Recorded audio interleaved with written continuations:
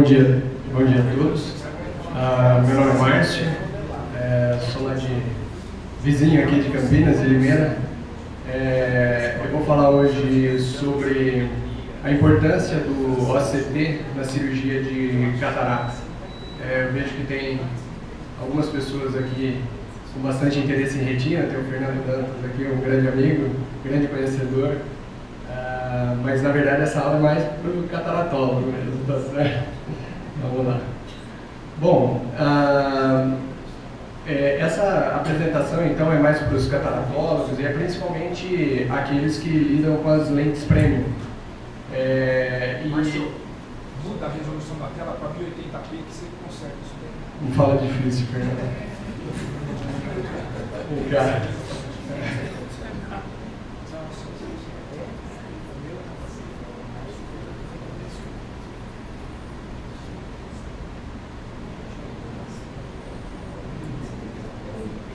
Não sei se todo mundo conhece o Fernando, mas além de um bom retinólogo, é o cara que mais manja de tecnologia que eu conheço.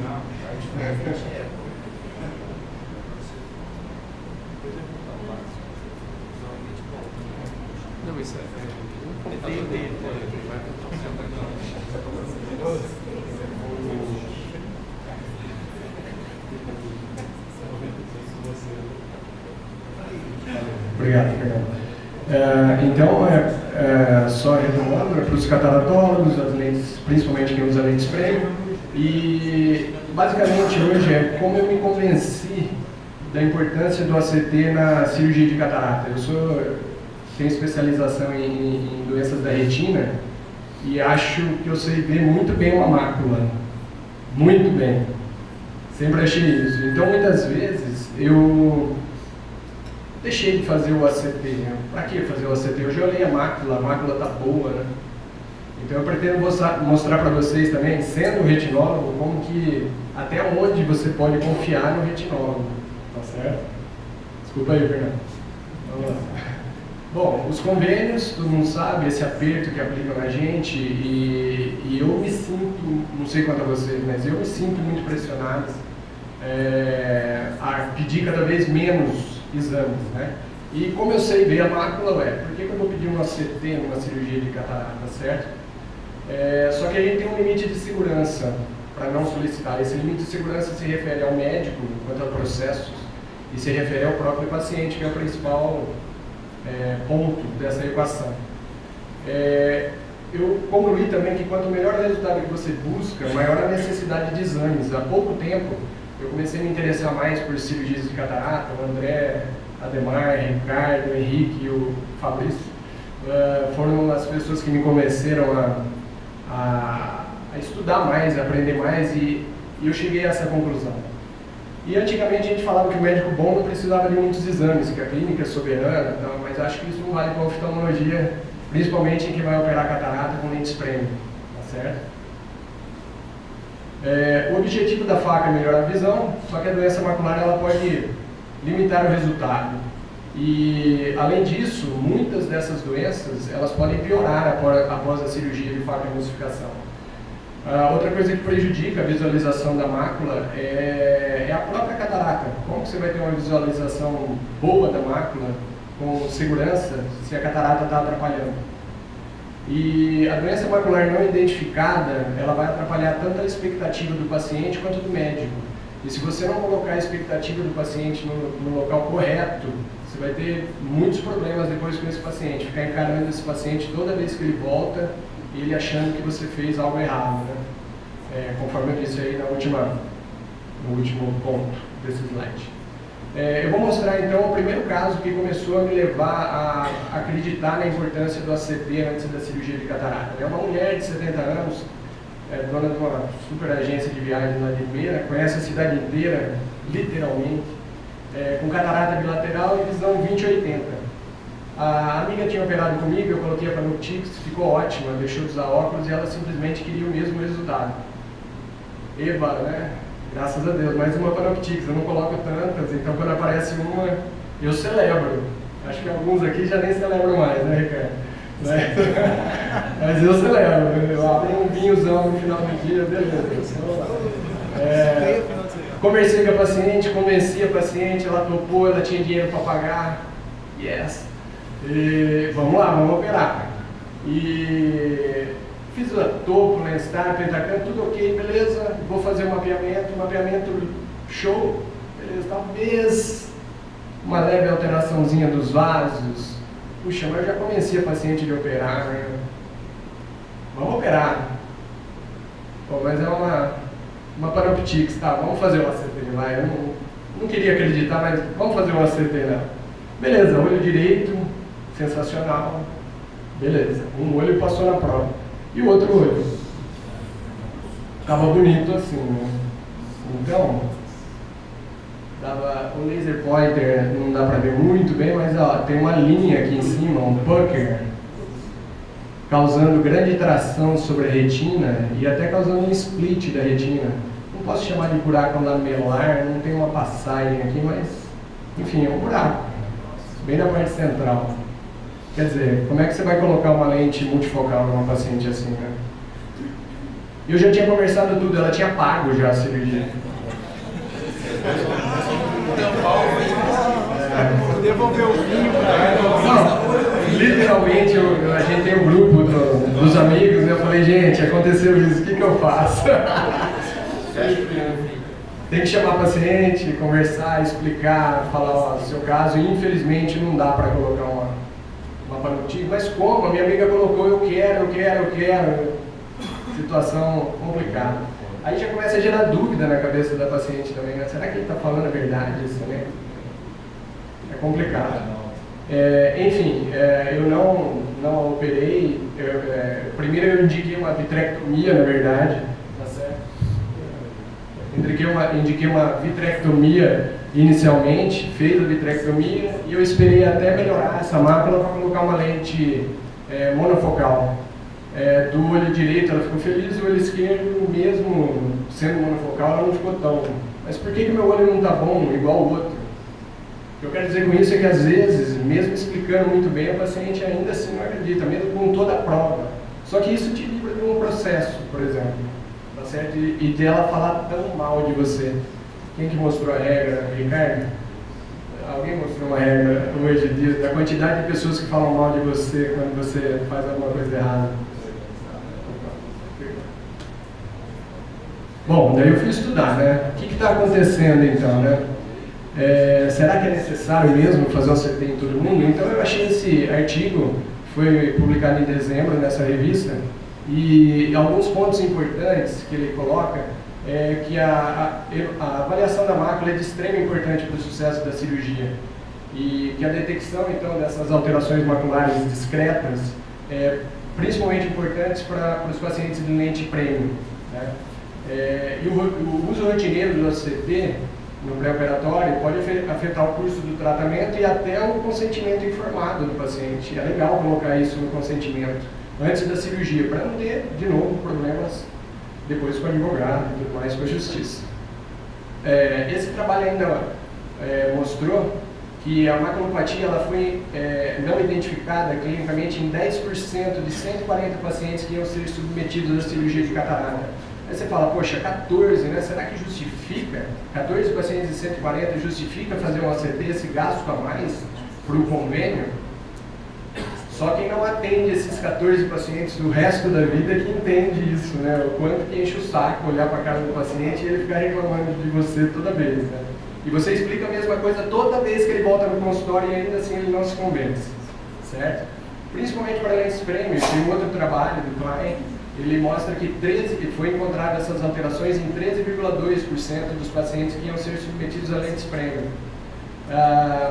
Liustóricas podem ser permitidas em muitas maculopatias, mas tem que tomar cuidado também, o paciente tem que ter a correta ideia de qual vai ser o resultado. As lentes multi ou trifocais, elas reduzem a sensibilidade ao contraste, junto com a maculopatia, junto com o investimento maior do paciente, você vai ter um paciente descontente e te enchendo a paciência. O Lenstar e o IOL Master 700, eles fazem uma pequena avaliação da mácula. Só que tem baixa sensibilidade e especificidade, então não dá para contar só com isso, né? Tá certo? Só mais uma coisa, muitos tem consultório, divide consultório com especialista em retina, e muitas vezes você se sente confortável de simplesmente mandar o caso para o retinólogo, mapeamento com o retinólogo. Eu não sei, eu acho que isso poderia mudar, eu acho que você poderia pedir o ACT e mandar para o retinólogo. Tá certo? Tudo bem, você não sabe avaliar um ACT, mas peça e já mande para o retinólogo fazer o mapeamento da periferia e a parte central olha o ACT. Eu acho que esse seria a melhor conduta, né? O segundo caso, que me levou então a crer na necessidade do ACT no pré-operatório de catarata. É um homem de 76 anos, um português bravo, sério, bravo mesmo, desconfiado, com catarata e visão 20/40 bilateral. Ele não queria nem tórica, nem panoptics, o bicho, de jeito nenhum. Mas por quê? Porque o amigo operou. E não gastou nada e ficou bom. O amigo tinha feito monovisão. E ele queria ficar igual, só que ele tinha astigmatismo. Tudo bem. Fiz os exames, mas não é esse o ponto, né? Mas eu fiz os exames nele, topo, nestar, mapeamento, poucas drusas, certo? Mas eu não vou fazer livro premium, não vou colocar uma tórica, não vou colocar uma panoptics. Então tá bom, vou operar. Só que há pouquinhos dias atrás eu tinha visto a dona da agência. E eu fiquei com medo, então eu pedi o ACT para ele. E o ACT no olho direito dele, dava para ver, tinha as drusas e ele tinha um leve pucker, mas já deformando o contorno foveal. E no outro olho, ele tinha também um leve pucker, que dá para ver ali na parte superior. E já tinha alguns cistos retinianos, já tinha um pequeno edema macular, certo? Mas, de novo, eu não vou colocar lente premium, está com catarata. Orientei o paciente que posteriormente ele podia precisar de uma vitrectomia, certo? E operei. Um mês depois da cirurgia, doutor, eu acho que eu não vou operar o outro olho não. Mas por quê, né? Não, é que, não sei, estou querendo deixar mais para frente. Fui medir a visão dele, 20/40, não melhorou nada na cirurgia. E daí eu pedi o ACT para ver o que estava acontecendo, e estava assim, o edema macular tinha aumentado, e mais uma vez eu fui na literatura, né, falei, poxa, né, e achei esse outro artigo na mesma revista, na mesma publicação, inclusive, falando da prevenção do edema macular após a cirurgia de catarata. Conforme eu falei para vocês, existem algumas patologias que depois da cirurgia podem piorar, e é bom você saber previamente a cirurgia de catarata isso. Alguns pontos importantes é que a diabetes, a oclusão da veia retiniana, membrana epirretiniana, buraco macular, uveíte e o desenvolvimento de edema macular cistoide no olho contralateral são fatores de risco muito importantes para o desenvolvimento de edema macular após a cirurgia de catarata. Nesses casos, é bom fazer uma prevenção, usar o anti-inflamatório não hormonal, começando 3 dias antes, que eu acho que a grande maioria faz isso hoje, só que manter por pelo menos até 3 meses depois da cirurgia. Lembrando que esse meu paciente, eu vi depois de 1 mês, e ele tinha feito o uso correto do anti-inflamatório pós-operatório, e fazia talvez, acho que 10 dias que tinha parado de usar. E talvez mesmo se eu mantivesse os 3 meses de anti-inflamatório, ele ainda estivesse assim, mas enfim, vale a pena a observação a respeito disso dos pacientes de risco. O terceiro caso é um paciente que eu não cheguei a operar, mas ele chegou no consultório, 60 anos, catarata leve, querendo se livrar do óculos, visão 20/40 no direito, 20/30 no esquerdo, catarata muito leve. É aquela que você força para ter, sabe? E por uma indicação da irmã que colocou panoptics e estava feliz. Joia. Exames normais, mapeamento de retina totalmente normal. Totalmente normal. Catarata leve, certo? Dava para ver o fundo do olho perfeitamente, certo? Se fosse uma prova na residência, talvez eu teria bombado, porque estava normal, certo? Só que foi 2 meses depois de Portugal. E aí? Tá bom. Vamos colocar o ACT. Vamos fazer o ACT. E o ACT ainda tinha um vítreo preso na parte central, mas tudo bem, não estava causando nenhum problema, mas ele tinha esse defeito dos fotorreceptores bem na fórmula. Defeito da zona elipsoide, defeito da zona de interdigitação. E aí, vocês colocariam, Panoptix nesse caso?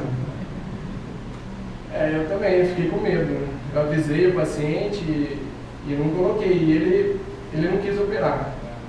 O objetivo dele não era que ele não estava enxergando mal, ele queria parar de usar óculos, então não quis operar. Qual que era a visão? 20/40 no olho, 20/30 no olho. Esse era 20/40. E aí, cara? Não tive não. Então, beleza. E agora eu vou mostrar para vocês alguns casos, alguns exemplos de maculopatias que são difíceis de diagnosticar sem o ACT, certo? Mesmo você sendo um bom avaliador da mácula, eu acho muito difícil fazer esse diagnóstico, certo? Então aqui no primeiro caso de automíope, não tinha fundo do olho difícil, não dava para ver bem na biomicroscopia e também até no ACT foi difícil fazer. Ele tinha um leve defeito aqui da camada de fotorreceptores. Será que daria para operar? Para colocar uma multifocal nesse caso? Não, eu não colocaria. Fica horrível também. Né? Aqui também mostrando o mesmo defeito nessa área. Bem discreto isso, né? Difícil. Enfim. Esse outro paciente, ele tinha algumas alterações no fundo do olho, mas para ver um buraco lamelar é difícil, né? Não dá para ver muito bem no fundo do olho, ainda mais se tem catarata, certo? Aqui um outro caso, um buraco lamelar minúsculo, impossível ver isso na biomicroscopia, ainda mais se tem catarata, tá certo? E de novo, você manda para o seu retinólogo, ele avalia esse fundo do olho, muitas vezes ele vai falar que está normal e está normal, não é culpa dele não. Por isso que o ACT é importante nesse caso. Um contorno foveal irregular, é chamado de buraco lamelar, isso também, apesar de não ser aquele buraco clássico, mas e aí, colocar uma lente premium, cobrar do paciente para isso, eu não colocaria. Um discreto pucker, mas já tem alteração do contorno foveal, semelhante àquele do português que eu mostrei. Lembrando aqui do risco de edema macular pós da cirurgia. E aqui, de novo, outro caso parecido com o do português, que pode levar a um edema importante, aqui um pucker mais intenso. Aqui só umas drusazinhas, ó, nada muito sério no fundo do olho, mas quando você faz o ACT, você faz o diagnóstico de uma DMRI exudativa, que vai precisar de anti-VEGF e tudo mais. Aqui, pseudodrusas reticulares, o que é isso, né? Muita gente não tem familiaridade com isso, mas pseudodrusas começou a ser falado sobre isso há pouco tempo, talvez há uns 10 anos somente. Na época da nossa residência ainda não existia isso, né? Mas as pseudodrusas, elas são diferentes das drusas normais, que elas são acima do epitélio pigmentado. E elas mostram essas espículas, são essas coisinhas redondas aqui, ó. Certo? Por que é importante ver as pseudodrusas, né? Porque vários trabalhos têm mostrado que o índice de degeneração macular, de formação de membrana, da degeneração macular exudativa, nesses casos é bem maior do que nas drusas normais. Então aí você tem que pensar, e aí, vou colocar uma lente multifocal e o futuro desse paciente, né? Daqui 5 anos, como vai estar? Uma coisa de se colocar no papel, e na balança e pesar bem, né? Aqui mais um pouco de pseudodrusas reticulares, diferente das outras que são arredondadas, essas são mesmo reticulares, né? Certo? E aqui algumas drusas, né? Outro caso é você ver o fundo do olho, tem algumas drusas, e aí, posso colocar uma multifocal nesse paciente? Aí você faz o ACT, e o ACT está bonito. Na verdade, é um caso que você pode colocar uma multifocal sem problema nenhum nesse caso, né? O fundo do olho esquisito, né? O paciente muito claro, fundo do olho hipopigmentado, você consegue ver os vasos da coroide até. Então você fala, e aí, será que dá para uma multifocal? Mas você faz o ACT é bom, bonito. Teoricamente dá para fazer sim, certo? Um micro buraco macular. Como você vê isso no fundo do olho? Fala sério. Impossível, certo? Então daí a importância do ACT. Falha nos fotorreceptores. Aqui na verdade foi uma queimadura por eclipse. É muito difícil fazer isso, esse diagnóstico sem o ACT. E membrana epiretiniana, uma membrana um pouco diferente, que é uma membrana sem tração, mas também tem os estudos, um estudo que saiu agora, acho que foi na Ophthalmology, de novembro, mostrando que esse tipo de membrana é altamente relacionado com a alteração dos fotorreceptores. Aqui não tem, mas e o futuro, né? O que vai falar? E é muito difícil de ver isso também no fundo do olho. Aqui um micro buraco lamelar, bem discreto, certo?